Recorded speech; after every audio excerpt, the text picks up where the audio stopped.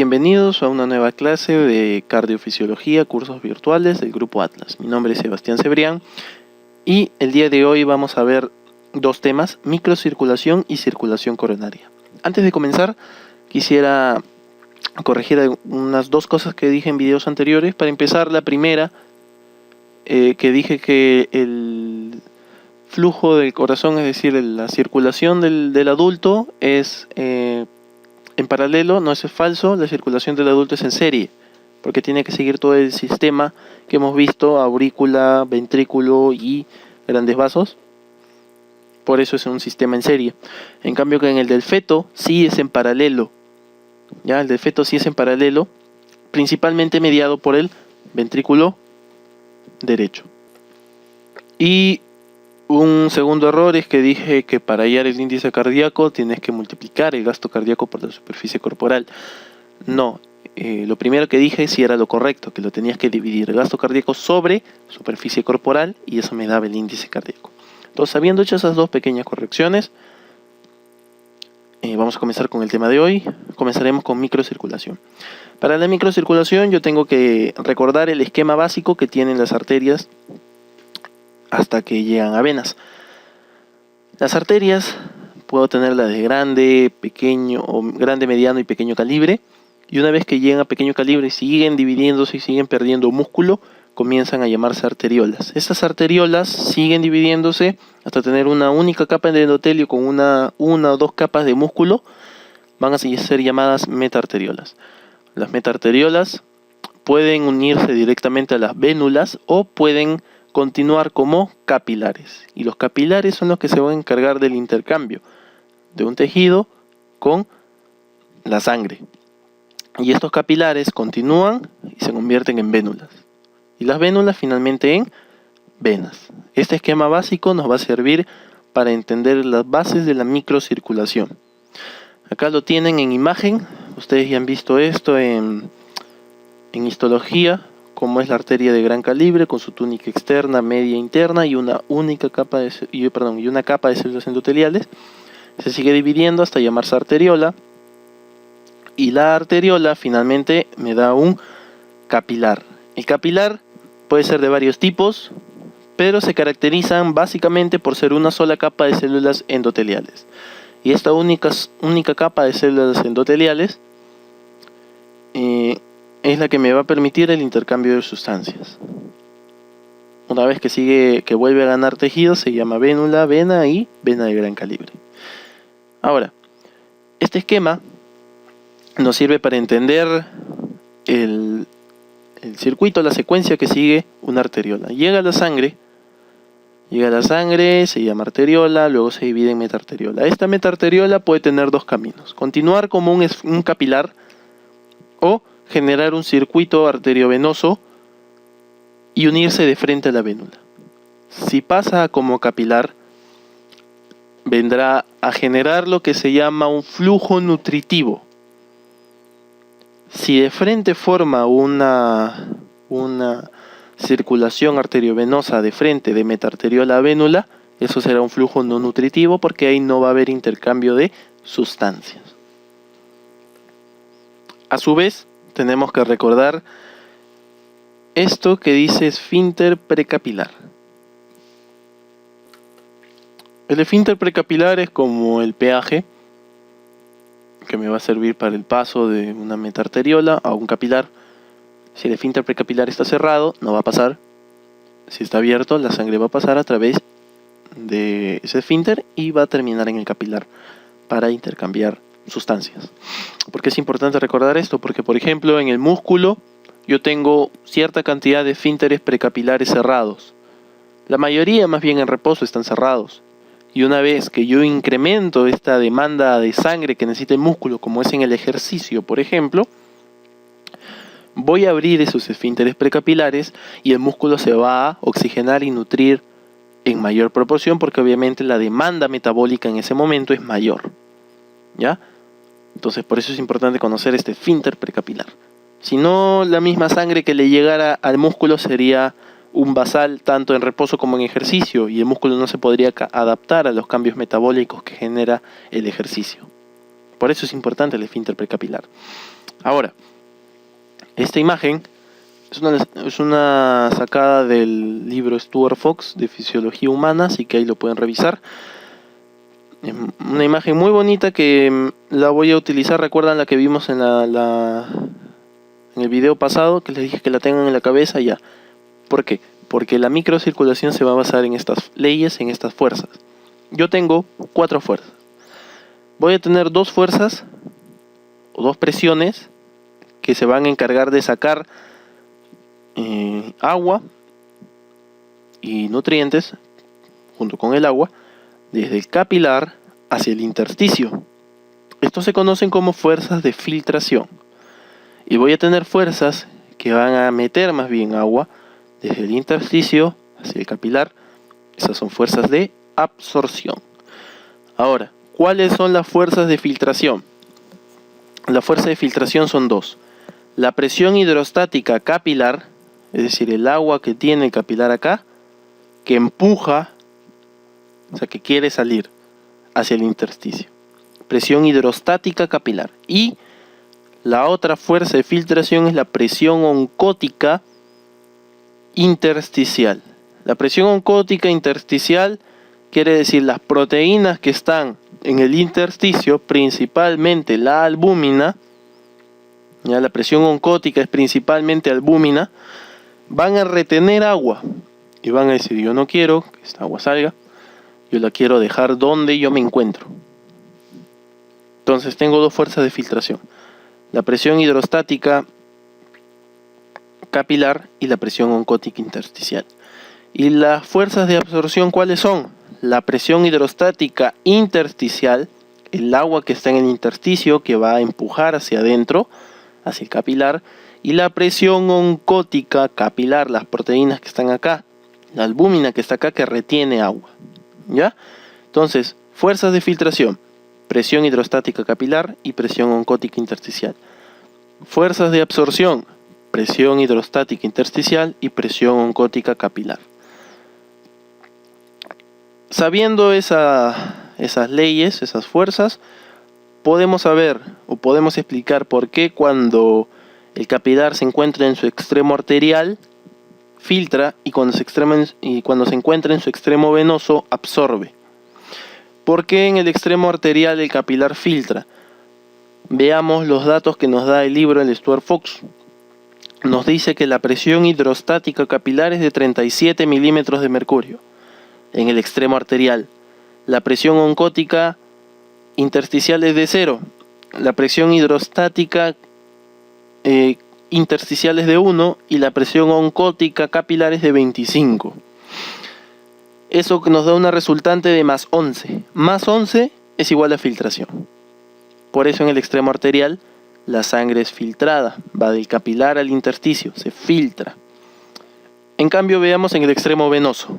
En el extremo venoso la presión hidrostática ha bajado a 17, porque ya se ha ido esta presión de un lado a otro, y las demás presiones permanecen constantes. Esto que nos da una resultante de menos 9 finalmente, y menos 9 negativo significará absorción o reabsorción. ¿Ya? Estos son datos del libro nada más. Hay libros que varían y bueno, no en todos lados tiene estos valores, obviamente, pero nos sirve para explicar de manera didáctica cómo es que ocurre la filtración y la reabsorción. Si mi ecuación sale positiva, será filtración. Si sale negativa, será reabsorción. Ahora, estos capilares, como les dije, es una sola capa de células endoteliales. Y estas células endoteliales tienen poros que se le llaman caveolas, son vesículas de plasmalema. Son vesículas o poros, como son cavitados, le llaman caveola, como una cavidad. Y esta caveola está principalmente formada por caveolina. Caveolina es una proteína que me va a servir para explicar los mecanismos por el que el endotelio reabsorbe o filtra sustancias. El agua pasa por difusión, pero las demás sustancias se cree, ¿no? Y eso es lo que explica el libro Guyton, porque esta imagen es de Guyton, que la filtración Y la reabsorción, aparte de difusión, tiene otro mecanismo que es la endocitosis. Y la endocitosis está mediada justamente por estas caviolas y estas caveolinas. ¿Ok? Entonces dijimos que la presión hidrostática está principalmente mediada por albúmina.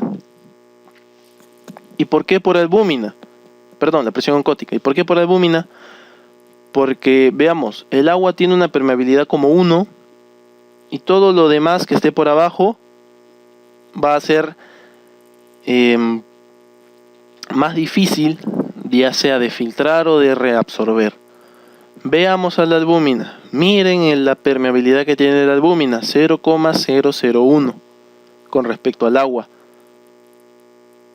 ¿Ya? Entonces es unas 1000 veces más difícil de pasar de capilar intersticio o de intersticio capilar. Por lo tanto se queda básicamente donde se encuentra. Entonces si se encuentra dentro del capilar, me va a generar presión oncótica capilar. Si se encuentra en el intersticio, que básicamente no se encuentra albúmina en el intersticio, me generará la presión oncótica intersticial, que puede ser despreciable en algunos casos. ¿Ok? Entonces, por ejemplo en el riñón. Entonces esos son los que me explicaría por qué la albúmina es la principal presión, la principal proteína que genera la presión oncótica. Vamos a hablar un poco de los capilares. Antes de los capilares, recordar que las arteriolas, como ya lo dijimos anteriormente, son los principales vasos de resistencia. Son los que me generan la resistencia vascular periférica, principalmente. Entonces, si eso es pregunta, porque puede ser preguntado, y si no en la facultad, puede ser preguntado en exámenes de salud o ENAM, donde ya ha venido, como dato de fisiología. Los capilares van a ser formados en un total de 40.000 millones de capilares, que me van a dar una superficie de 2.590 kilómetros cuadrados. Entre célula y célula, o sea, entre célula y capilar, solamente va a haber una distancia de 60 o 80 micras de distancia. Entonces, no importa la célula que yo tenga de mi cuerpo, solamente va a estar a esa distancia, en promedio, de 60 a 80. Entonces, prácticamente va a estar pegada a ella y por lo tanto va a ser muy fácil la difusión de sustancias. Y como ya mencioné, son una única capa de células endoteliales que pueden estar formadas por caviolas y estas por caveolina. Listo, entonces vamos a estudiar los tipos de capilares que tengo. Yo tengo tres tipos de capilares distintos. El continuo, que básicamente van a ser células unidas entre sí, pegadas prácticamente. Miren la distancia que tienen, solamente entre 40 a 45 Armstrong. Como ejemplo tenemos los músculos, pulmones, tejido adiposo. Y el sistema nervioso central, que vendría a ser la barrera hematoencefálica. Entonces, ¿qué es la barrera hematoencefálica? No es otra cosa que una formación de capilares continuos a nivel del sistema nervioso central. Estos ejemplos son los que han venido o pueden ser preguntados. Te dicen, por ejemplo, cuál. O los siguientes son capilares continuos excepto. Y te ponen músculo, pulmón, tejido adiposo, barrera hematoencefálica y riñones. Obviamente los riñones no. Los riñones son de tipo fenestrado. ¿Ya? Entonces, ¿para qué me sirve el continuo? Para básicamente permitir el paso de moléculas pequeñas, iones y agua.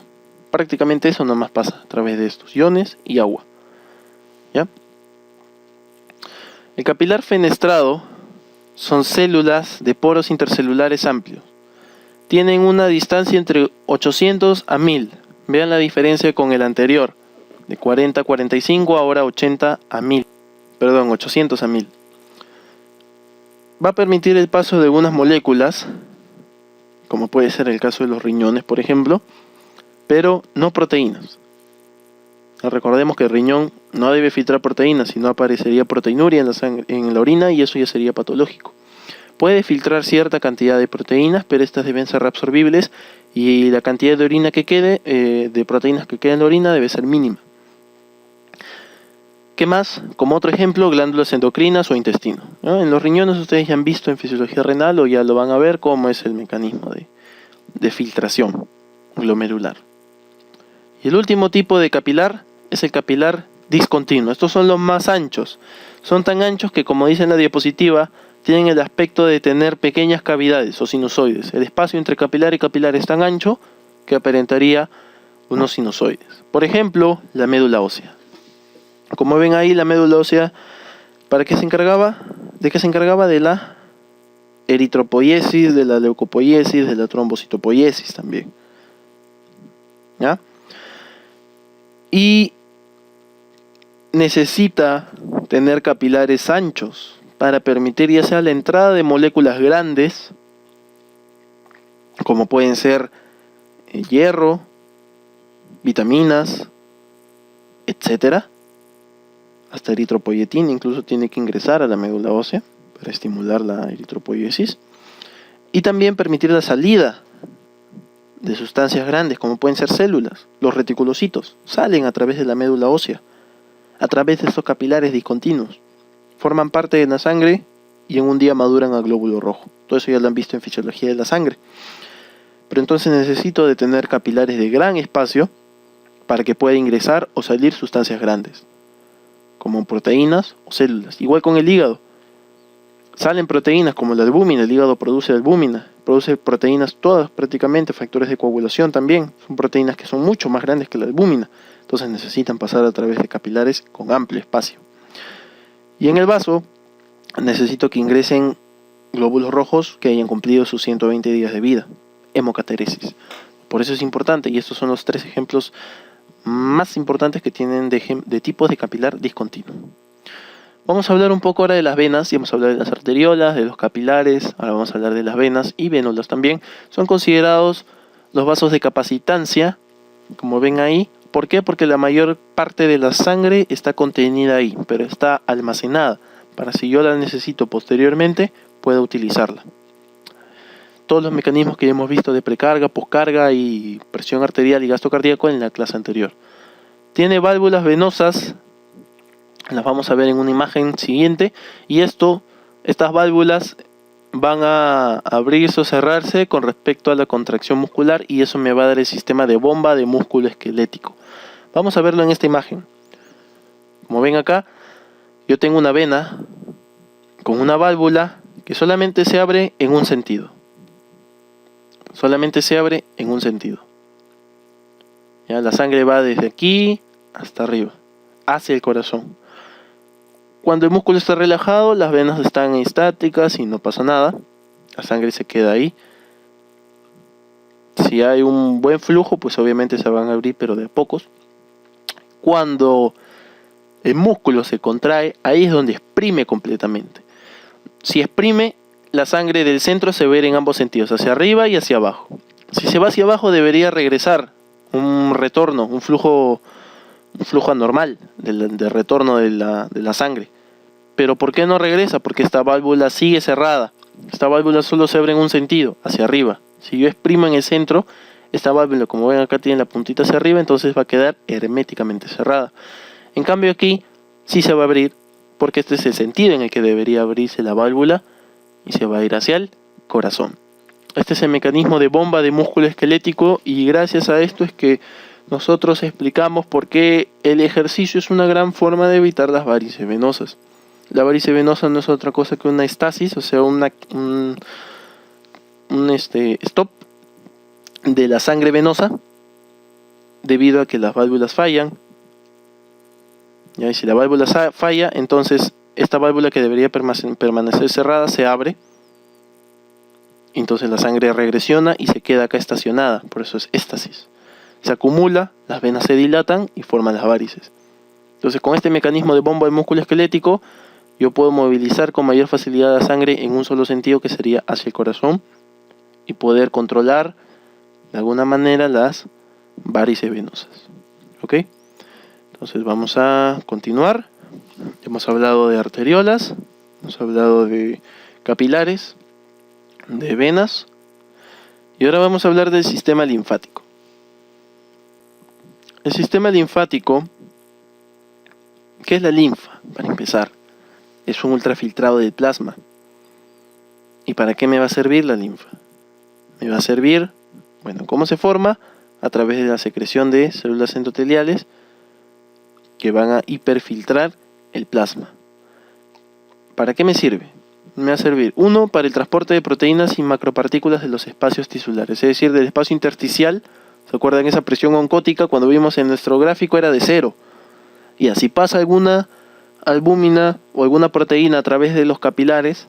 Recuerden que tenían baja permeabilidad, pero si por ahí llega a pasar, esas proteínas deberían ser reabsorbidas y se reabsorben a través del sistema linfático. Si no pasara eso, nosotros perderíamos gran cantidad de proteínas que se quedarían en el espacio intersticial sin servir de nada. Y eso al cuerpo no le conviene, entonces reabsorbe y transporta esas proteínas para que vuelvan a formar parte de la sangre. ¿Qué más? Absorción de nutrientes en el aparato digestivo, especialmente grasa. Se dice incluso que cuando el ser humano ha comido, después de comer, 1 a 2% del total de grasa en nuestro cuerpo está distribuido alrededor de nuestro sistema linfático. Y tercera función, parte del sistema de defensa del organismo. Las bacterias fácilmente atraviesan la linfa, el sistema linfático, y forman parte de la misma. Al llegar a los órganos linfoides, son destruidas. Entonces, es una función muy importante, una función de defensa del cuerpo, el sistema linfático.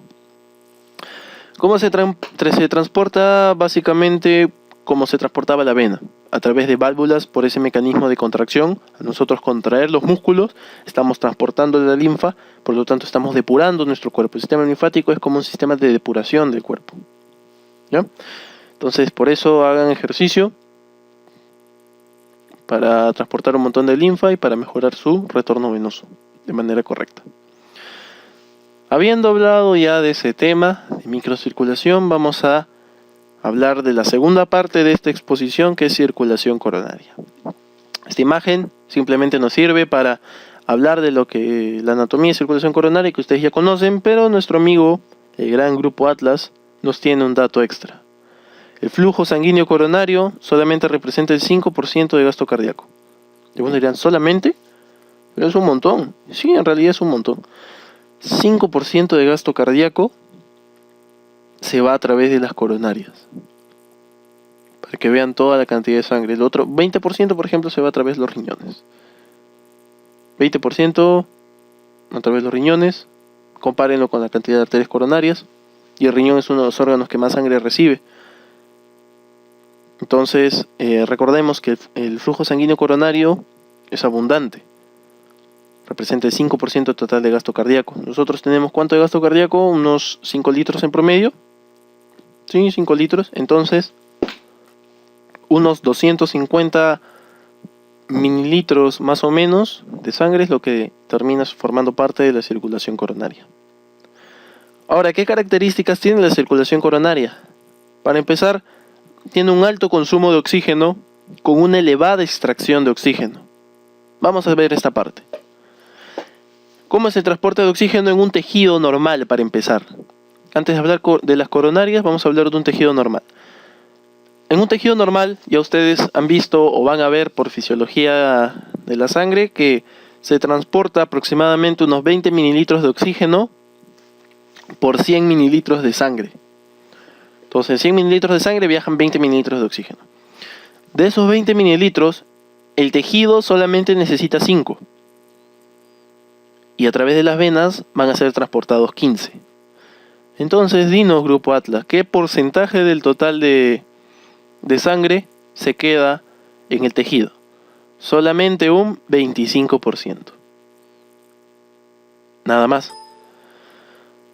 Ahora, en la coronaria, igual, pasan 20 mililitros de oxígeno por 100 mililitros de sangre. Pero ahora la coronaria se queda con 15 mililitros.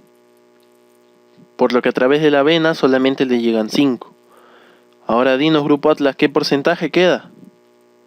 75% se queda en la coronaria. Entonces, ¿por qué es importante saber esto?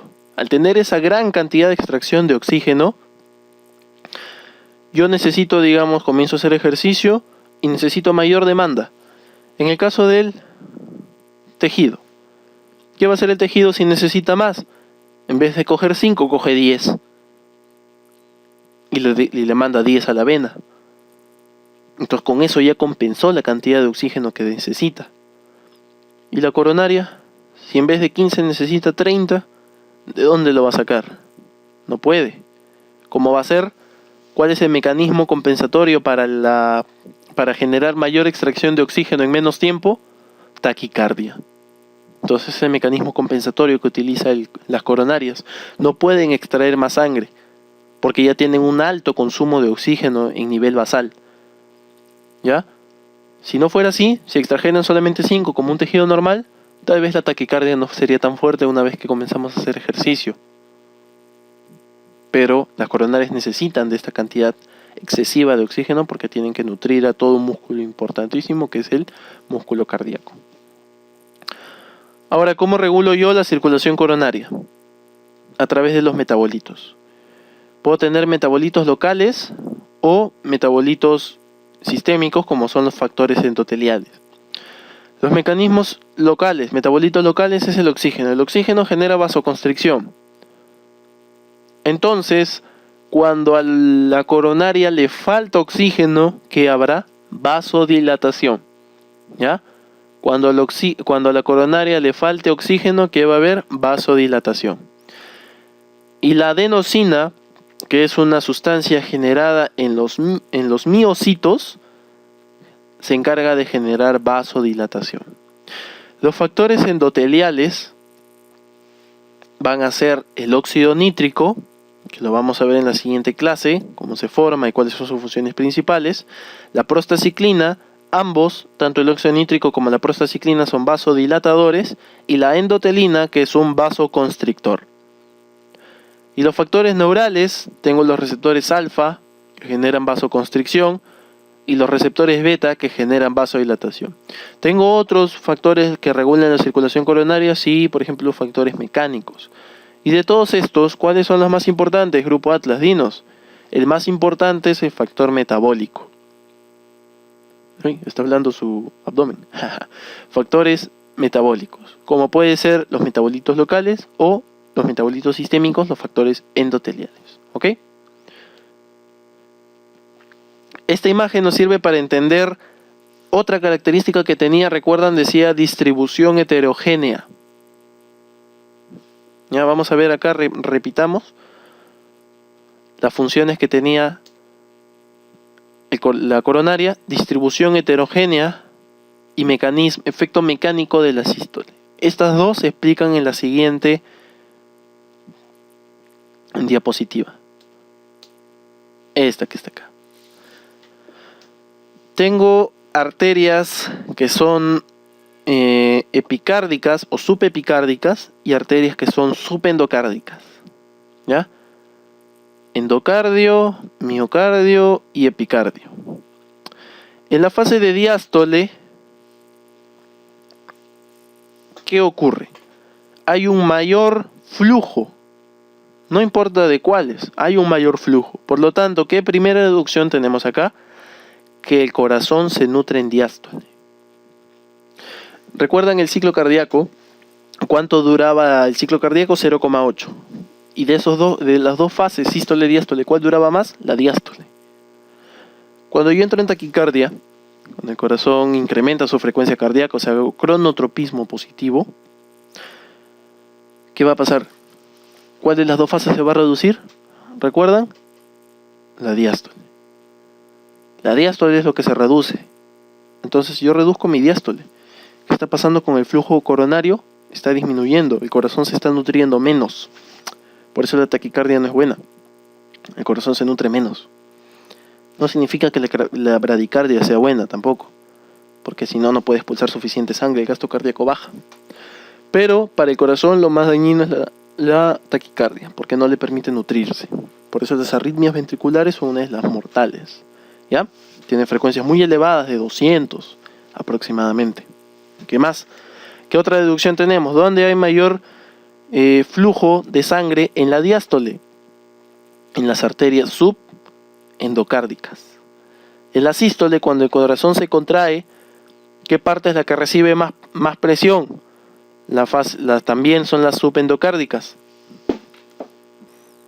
Entonces, en diástole, las más ganadas son las subendocárdicas. Y en sístole, estas mismas subendocárdicas son las que más pagan el hecho de que el corazón se contraiga.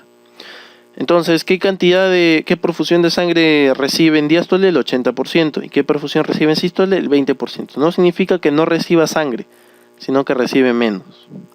¿Ok? Ya, entonces queda claro eso. Otro dato que tienen que recordar de las arterias coronarias es que, a diferencia de los demás tejidos del corazón, perdón, de los tejidos musculares, el músculo normalmente se nutre de glucosa. El corazón, a diferencia de todos los demás, su principal nutriente es a través de los ácidos grasos. Un 60%, y ese ha sido dato de pregunta de examen, un 60% del total de energía que genera el corazón proviene de ácidos grasos. Entonces, ahí habríamos terminado una clase más de fisiología cardiovascular. Espero que les haya gustado y espero que hayan entendido. Como ven, es una clase muy bonita, muy sencilla. No hay mucho que decir, pero aún así hay mucho que estudiar. Entonces nos estaríamos viendo en la última clase, que vendría a ser endotelio. Luego de eso vendríamos con fisiología respiratoria y fisiología digestiva. Eso sería todo por el momento. Nos veremos en la siguiente clase. Como siempre, cualquier duda, cualquier consulta, cualquier crítica, estamos abiertos a ustedes. Escríbanos al Face del Grupo Atlas y al Face del y a mi Facebook, si es que quieren. Eso sería todo. Nos vemos en la siguiente clase.